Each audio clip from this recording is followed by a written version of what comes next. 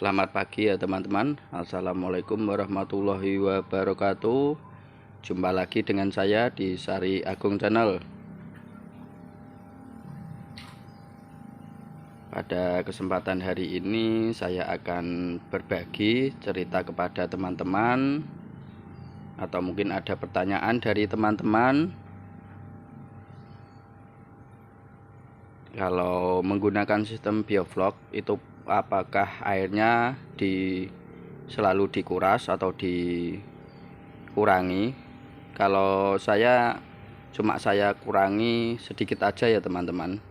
Nanti akan saya tunjukkan. Sebelumnya ini mau saya kasih makan. Ini ada ikan lele.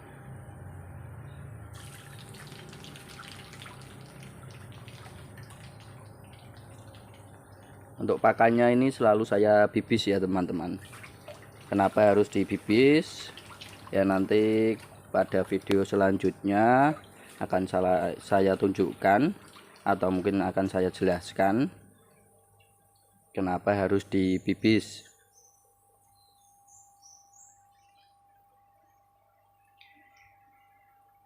Dan untuk selanjutnya ini nanti akan saya tunjukkan ke teman-teman bagaimana cara saya mengurangi air dalam kolam bioflok ini ya teman-teman. Jadi di sini ada pembuangan. Ini akan saya buang. Manfaatnya itu apa teman-teman? Ini nanti akan lihat sendiri. Nah, itu ada endapan yang terbuang itu kayak seperti hitam ya teman-teman.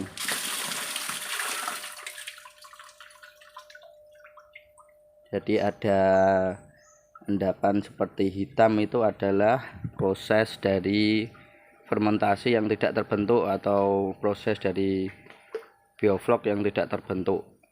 Jadi itu dari amonia ikan yang tidak terbentuk oleh bahan-bahan pembentuk bioflok. Jadi harus dibuang teman-teman. Kalau tidak dibuang itu nanti akan bisa meracuni ikannya sendiri. Jadi buangnya cuma sedikit itu aja teman-teman. Paling tidak ada satu ember itu tadi. Boleh nanti dikasihkan air lagi, ditambahkan air lagi. Kalau saya tambahkan air lagi paling satu ember.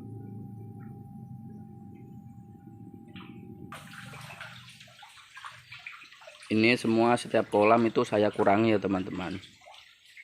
Untuk waktunya atau berapa kalinya itu tergantung kita mau buangnya itu berapa kali. Kalau saya 2 minggu sekali. Ini tadi cuma sebagai contoh. Jadi biasanya itu saya buang itu setelah atau mau saya puasakan. Jadi kalau hari Kamis ini saya puasakan, jadi saya buang airnya itu sedikit. Karena kalau puasa itu kan tidak dikasih makan ya teman-teman, otomatis dia akan makan bioflok yang ada di dalam kolam. Jadi nanti takutnya itu yang dimakan itu malah endapan-endapan yang tidak terbentuk bioflok dan akhirnya jadi racun. Dan keduanya itu setelah saya aplikasikan bahan-bahan pembentuk bahan biofloknya ya teman-teman. Jadi setelah saya aplikasikan bahan-bahan pembentuk bioflok itu saya buang airnya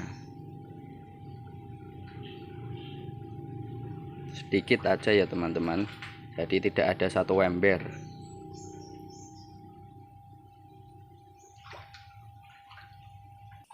Setelah saya buang airnya sedikit itu baru saya kasih makan ya teman-teman. Ini nilai hitam kekar jadi tidak kelihatan.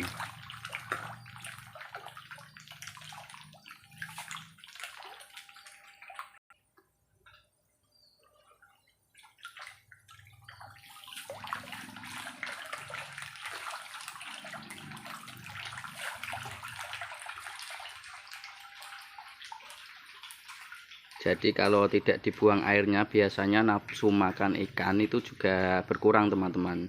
tidak selahap yang kita inginkan. Jadi masalah yang ada di kolam terpal itu selalu ada endapan yang tidak jadi bioflok atau tidak terbentuk. Jadi itu akan menghambat untuk nafsu makan, juga nanti akan menjadi racun kalau tidak dibuang.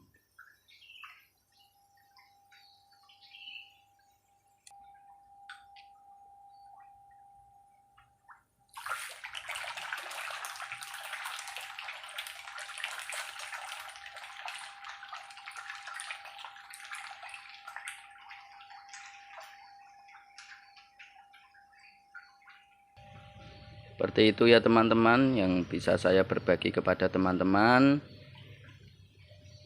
Bagaimana cara saya menjaga kualitas air kolam bioflok agar tetap sehat, nafsu makan ikan juga lahap.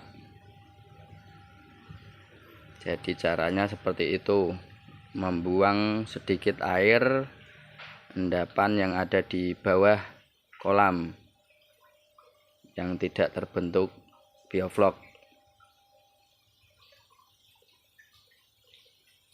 Semoga kita selalu diberi kesehatan, semoga kita selalu diberi perlindungan, semoga kita selalu dilancarkan oleh Allah Subhanahu wa taala. Amin amin ya rabbal alamin. Jangan lupa untuk di tombol subscribe-nya ya teman-teman. Akhir kata dari saya, wassalamualaikum warahmatullahi wabarakatuh. Salam budidaya ikan nila.